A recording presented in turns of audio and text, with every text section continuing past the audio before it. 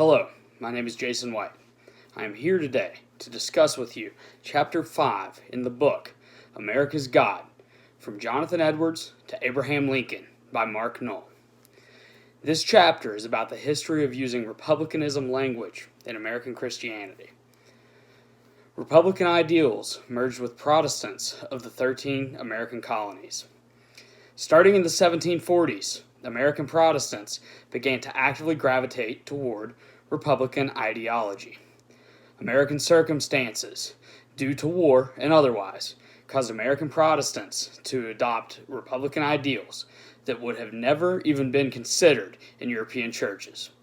In 1816, a radical populist named Elias Smith put together a manifesto that stood against the corruption of religion, titled One God, One Mediator, One Lawgiver, One Perfect Law of Liberty, One Name for the Children of God, to the exclusion of all sectarian names, a Republican government free from religious establishments and state clergy, free inquiry, life and immortality, brought to light through the gospel. Other religious leaders in the 1800s would speak about republicanism and faith as if they had always been one, when in fact this change had not occurred until around 1740.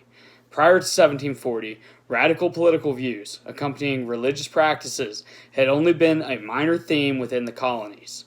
The beginnings of religious politics can be traced back to King George's War, where New England attacked a French fortress at Louisbourg. During this struggle, many ministers began to speak on the fact that the fate of freedoms and liberties were at stake in this war between France and England. The change in religious trends throughout the colonies from the mid-1740s is often attributed to the sermon by Jonathan Mayhew, titled A Discourse Concerning Unlimited Submission and Non-Resistance to the Higher Powers. Mayhew uses Romans 13:4 to help explain when it is appropriate to fight against tyranny. Those who worried about Republican ideologies taking over the church were often put to ease because many ministers would preach that acts by the English government were actually the work of the devil.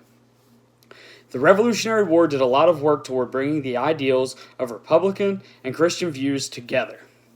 This change in view forced many early leaders to change the way they viewed their enemies, as they often became spiritual opponents as well.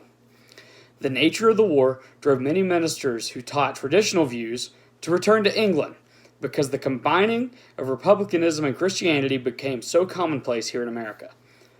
Many liberalistic Christian views were carried out in France. The United States' physical distance from France allowed the grasp on republicanism on Christianity to only grow stronger here. Many changes to the making of laws, such as the Declaration of Independence, created a stronger grasp on the view of American Christianity was the correct course as well. Many views toward republicanism in American Christianity also came from personal experience regarding the Revolutionary War. This caused many men to turn toward joining the ministry, and as stated before, the nature of the war forced many toward these Republican views. Thank you for your time.